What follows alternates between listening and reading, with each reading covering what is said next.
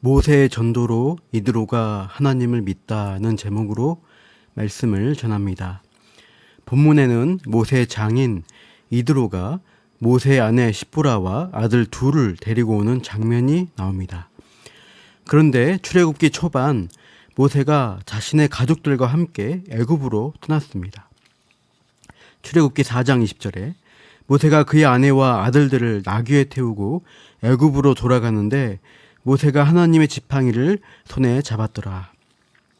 떨기나무 앞에서 소명을 받고 바로와 담판을 싣기 위해 애굽으로 떠날 때 모세는 아내와 아들들과 함께 출발했습니다. 그런데 가는 도중에 가족사적으로 큰 사건을 겪게 됩니다. 이른바 피남편 사건입니다. 아마도 모세는 오랜 이방 생활로 인해 아들에게 언약의 표시인 할례를 행하지 않은 것 같습니다. 어쩌면 아내 십보라의 반대로 안 했을 수도 있습니다.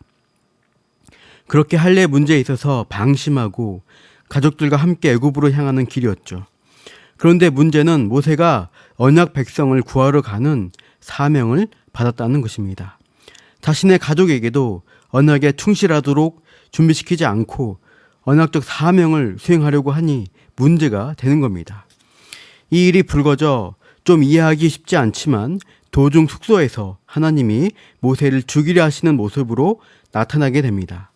이 위기에 아내 십보라가 급히 돌칼을 가져다가 아들의 포피를 베어 할례를 시행했습니다.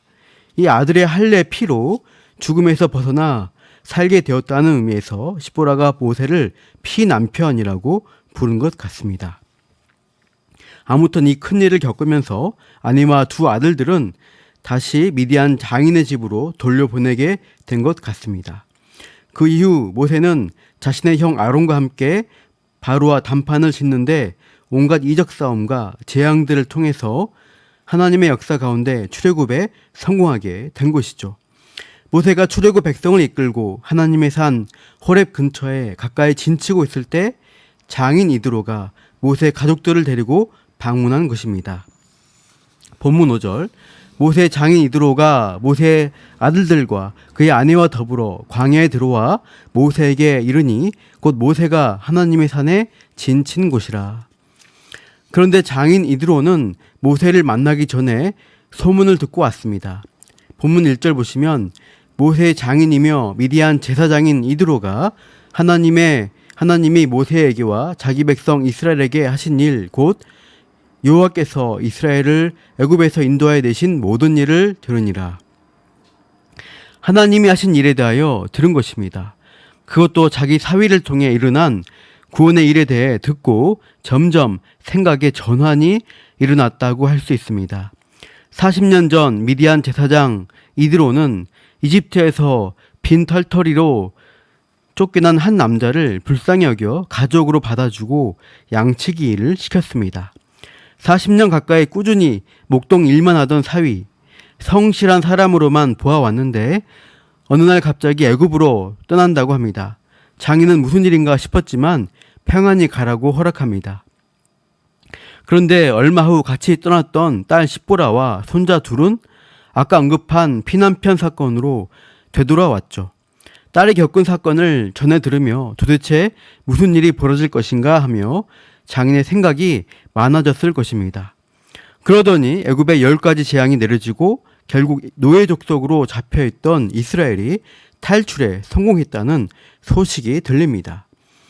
그리고 사건의 핵심 인물이 바로 자기 사위 모세라는 것도 알고 놀랐겠죠. 우리 사위가 그렇게 대단한 인물이었구나. 또 애국 군대가 다시 추격해 왔지만 홍해 사건으로 애국 군대를 수장시켜버리고 무사히 광야로 들어와 행진하고 있다는 것을 속속들이 전해 들었습니다.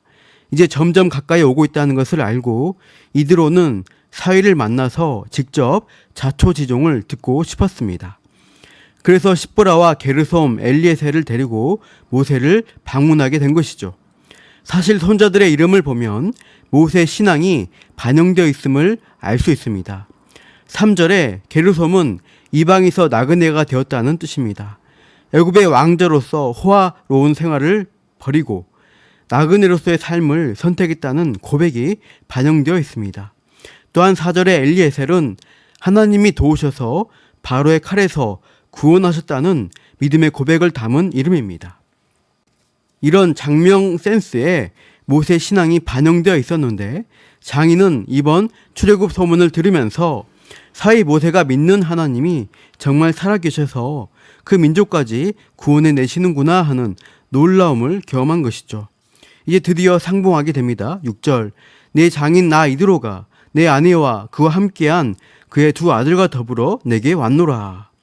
7절 모세가 장인을 맞아 절하며 문안하고 장막으로 모시죠. 장막 안에서 간증 집회가 열립니다. 8절 모세가 여호와께서 이스라엘을 위하여 바로와 애굽 사람에게 행하신 모든 일과 길에서 그들이 당한 모든 고난과 여호와께서 그들을 구원하신 일을 다 그 장인에게 말하매. 구원 사건을 직접 경험한 당사자 모세가 하나님이 이스라엘을 위하여 하신 일들을 빠짐없이 다 전해줍니다. 8절에 보면 바로와 애굽 사람에게 행하신 모든 일이라고 하죠.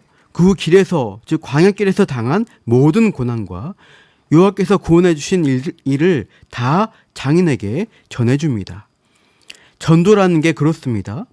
하나님이 행하신 일에 대해서 가족과 친구, 이웃에게 그대로 전달해 주는 게 전도입니다. 하나님이 나를 구원하시기 위해서 하신 일들, 기적 같은 일이든 기도 응답이든 죄로 무너진 나를 어떻게 회복시키셨는지 그러한 간증들을 통해 하나님이 누구이신지를 주변 사람에게 알릴 수가 있습니다. 이번 명절에도 가족 친지들을 만날 기회가 있습니다. 우리 인생에서 앞으로 추석 명절이 몇 번이나 더 남아있을까요? 일가 친척들을 무한정 만날 수가 없습니다. 10번, 20번, 30번 남았을지도 모릅니다. 나이 드신 손이 친척들은 정말 몇 번 안 남았다고 할 수 있습니다. 무턱대고 복음을 전한다고 해서 다 듣는 게 아니고 거절당하고 무시당할 수도 있습니다.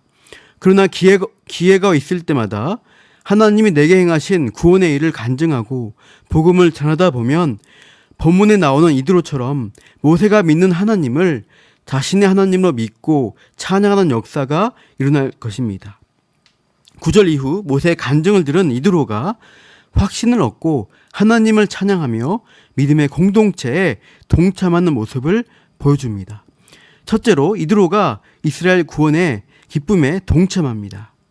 여호와께서 이스라엘에게 큰 은혜를 베푸사 애굽 사람의 손에서 구원하신 일을 자기 일인 것처럼 기뻐하게 되는 거죠. 어떻게 보면 침튀기며 하나님이 하신 일을 간증하던 모세의 열정과 기쁨이 장인에게도 전달된 것이죠.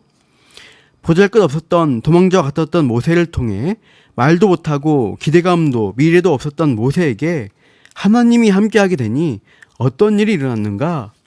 그 대단한 권력자 바로 위에 모세를 더 권위자로 세워주셔서 담대하게 말씀을 선포하게 하셨고 연약했던 이스라엘을 강하게 붙드셔서 그 강한 제국 애굽을 꺾게 해주신 것이죠.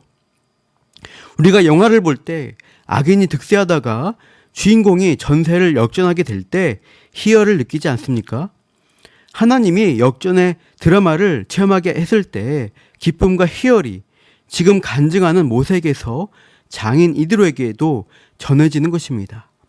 이렇게 구원의 기쁨과 감격이 장인에게 전달되고 다음으로 장인은 하나님을 찬양함에 동참합니다. 10절 이드로가 이르되 여호와를 찬양하리로다. 너희를 애굽 사람의 손에서와 바로의 손에서 건져내시고 백성을 애굽 사람의 손 아래에서 건지셨도다. 하나님이 하신 일을 전해 들은 이드로는 이제 그 일들을 자신의 입술로 직접 고백하며 찬양합니다. 하나님이 하신 일이 정말 놀랍다는 고백이죠.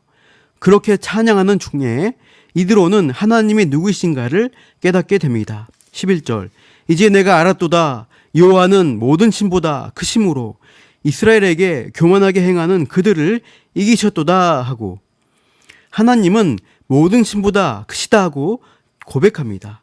이드로는 본래 미디안 족속의 제사장입니다. 이방신을 섬기는 사람이었다고 할 수 있습니다. 사위 모세를 통해 여호와 하나님에 대해 조금씩 알아가다가 이번에 제대로 하나님의 일에 대해 듣고서는 모세가 믿는 그 하나님을 자신도 알았다고 외치는 것이죠. 이제 내가 알았도다. 여호와는 모든 신보다 크시다. 하나님 백성 이스라엘에게 교만하게 행하는 그들을 이기셨도다. 자기 백성을 승리의 길로 인도하시는 크시고 좋으신 하나님이심을 이드로는 알게 되었습니다. 이제 이드로는 이방인 제사장이라기보다 하나님 백성의 권속으로 행합니다. 12절 보시면 모세의 장인 이드로가 번제물과 희생 제물들을 하나님께 가져오매 아론과 이스라엘 모든 장로가 와서 모세의 장인과 함께 하나님 앞에서 떡을 먹으니라. 모세의 장인 이드로가 하나님께 제사와 예배를 드리기 위해 번제물과 희생 제물들을 가져왔습니다. 모세 하나님이 이제 나의 하나님이라는 믿음의 고백으로 예배자로서 하나님께 나아가는 것이죠. 그리고 이스라엘을 대표하는 모든 장로와 함께 하나님 앞에서 떡을 먹고 교제하는 믿음의 한 식구가 되었음을 보여주고 있는 것입니다.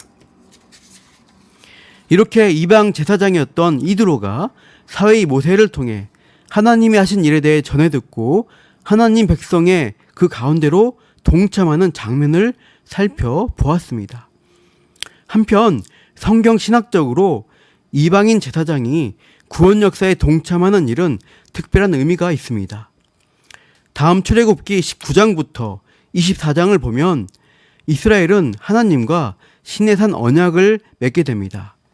언약식에 앞서서 이방인 제사장이 등장하는 사례가 또 있었습니다. 창세기 15장에 아브라함 언약이 나옵니다. 아브라함에게 자손과 가나안 땅을 주시겠다는 약속을 확증해 주시는 의식으로서 하나님은 짐승들을 반으로 쪼갠 사이로 횃불을 지나가게 하심으로 언약을 맺어 주셨습니다. 아브라함 언약 직전에 조카 롯을 사로잡아간 메소포타미아 연합군을 쳐부수고 돌아오는 아브라함을 이방인 제사장 멜기세덱이 영접합니다. 마치 출애굽기 17장에서 르비딤 아말렉 전투에서 승리한 모세를 장인 이드로가 찾아와 문안한 것과 비슷합니다. 몇 가지 유사점이 더 있습니다. 둘 다 평안이라는 뜻의 살렘이 등장합니다. 살렘의 왕이자 제사장 멜기세덱이 평화의 이름으로 맞이하는데 오늘 본문 7절에서 이드로도 모세를 찾아와 입맞추며 서로 문안합니다. 여기서 문안하다는 표현이 샬롬, 즉 평안을 묻다는 뜻입니다. 엘리에셀이라는 이름도 양쪽에 등장하죠. 오늘 본문에도 모세의 둘째 아들 엘리에셀이 나오는데 창세기 15장 2절에 이삭이 아직 없던 시절 아브라함은 후계자 아들 격으로 엘리에셀이라는 종을 언급합니다. 또 창세기 15장 13절 언약식 후 하나님은 아브라함에게 아브라함의 자손이 이방에서 객이 될 것을, 이방에서 나그네가 될 것을 예고하십니다.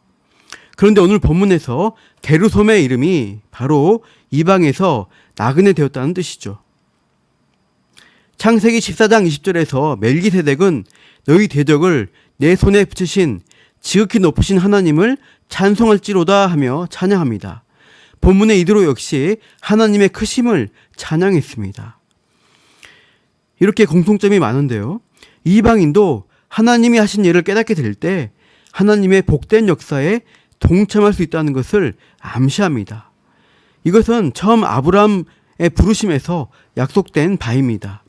창세기 12장 3절을 읽겠습니다. 너를 축복하는 자에게는 내가 복을 내리고 너를 저주하는 자에게는 내가 저주하리니 땅의 모든 족속이 너로 말미암아 복을 얻을 것이라 하신지라. 아브라함을 축복하는 멜기세덱과 아브라함의 자손 이스라엘의 구원을 기뻐하는 이드로 역시 아브라함의 복이 동참하는 모든 족속 중에 한 사람인 것입니다. 그 이후 공통적으로 언약 체결이 이루어지고 있다는 점에서 진정한 신앙 고백이 있는 이방인에게 그 이방인도 언약 백성에 속할 수 있음을 알려주시고 있다는 것이죠. 살아가는 성도 여러분, 하나님은 누구에게나 복음이 들려지기를 원하십니다. 가족과 이웃 중에 비록 이방인같이 삶의 결이 참 다른 누구일지라도 그들에게도 하나님의 행하신 일을 소개하며 구원의 복받은 자의 기쁨을 전해주시기를 바라고 계십니다. 삶의 여정이 광야 같은 고난의 길이었어도 순간마다 이기게 해주신 그 은혜를 우리가 잘 전달할 때 이들과 같이 이제 내가 알았도다. 여호와는 모든 신보다 크시다는 동일한 믿음의 고백으로 열매 맺는 역사가 우리와 우리 주변 가족들에게 일어나기를 간절히 축원합니다. 기도하겠습니다. 하나님 아버지, 모세를 통하여 역사하신 하나님에 대한 소식이 전해질 때 이방신을 섬기던 미디안 제사장 이드로가 하나님을 믿는 백성으로 변화되었습니다. 우리와 참 다른 것 같은 이방인도 언약 백성으로 부르시는 하나님의 뜻을 기억하며 우리에게 만나게 해주시는 가족, 친지, 이웃에게 그 복된 소식을 전할 수 있게 우리를 사용하여 주옵소서. 이번 추석 안전하게 복된 명절로 보내게 하옵소서. 감사하며 이 모든 말씀 예수님의 이름으로 기도합니다. 아멘.